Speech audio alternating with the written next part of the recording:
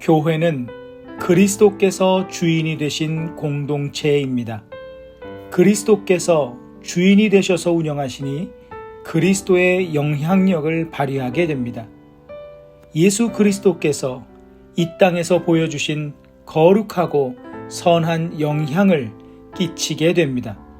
살아계신 예수 그리스도께서 우리 교회의 머리가 되실 때 교회는 그런 공동체가 될 수밖에 없습니다. 교회가 발휘해야 하는 영향력 중 매우 중요한 것이 바로 거룩함입니다. 거룩함이란 구별됨을 의미합니다. 교회는 사회의 다른 공동체와 엄연히 구별된 공동체가 되어야 합니다. 그래야 교회라고 부를 수 있습니다. 따라서 세상의 다른 공동체와 구별되지 않으면, 즉 거룩함을 상실하면 교회는 이미 교회로서의 정체성과 기능을 상실한 사교단체로 전락하고 맙니다. 교회가 세상의 다른 공동체와 구별되지 않는다는 것은 세상의 가치, 세속적이고 죄악적인 가치가 교회에 들어와서 분별 없이 수용되는 것을 의미합니다. 가장 심각한 상황은 공동체가 그런 가치에 물들어가는 것입니다. 고린도 교회의 큰 문제 중 하나가 그것이었습니다. 특별히 음행의 문제는 매우 심각하였습니다. 고린도 도시 자체가 음행이 가득한 곳이었고 그런 음행의 물결이 교회 내에 흘러 들어왔습니다. 음행이라는 죄를 수용하고 분별하여 경계하지도 않았습니다. 가정의 바운더리를 넘는 음행의 죄가 판을 치는데도 이를 수용함으로 고린도 교인들이 음행을 가벼이 여기며 죄악을 일삼는 일들이 전염병처럼 퍼지고 있었습니다.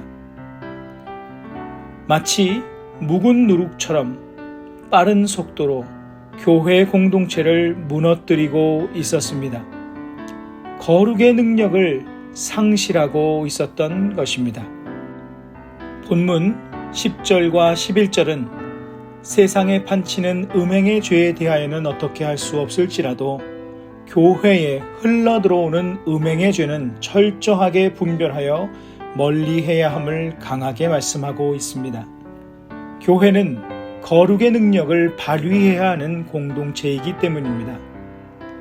교회가 거룩의 능력을 상실하게 되는 순간 교회가 가지고 있는 복음의 소중한 가치도 그 능력을 상실하고 세상의 복음의 영향력을 발휘할 힘마저 잃어버리게 됩니다. 하나님께서는 공동체의 죄악을 늘 무섭고 철저하게 다루셨습니다. 믿음의 공동체는 강력한 힘이 있기 때문입니다. 거룩함이든 죄악이든 공동체 안에서는 강력한 전염력을 가질 수 있습니다. 무엇이 전염력을 가지고 퍼지느냐에 따라 그 공동체의 정체성이 달라집니다. 이스라엘 민족 공동체도 마찬가지였습니다. 거룩의 전염력이 강할 때에는 하나님께서 지키시는 나라가 되었고 우상 숭배와 음행을 수용하여 전염력이 강할 때에는 하나님께서 벌하시는 나라가 되었습니다. 우리는 연약하여 죄를 지을 수밖에 없습니다.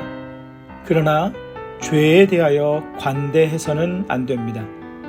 죄로부터 자유하다는 것과 죄에 관대하다는 것은 엄연히 다릅니다.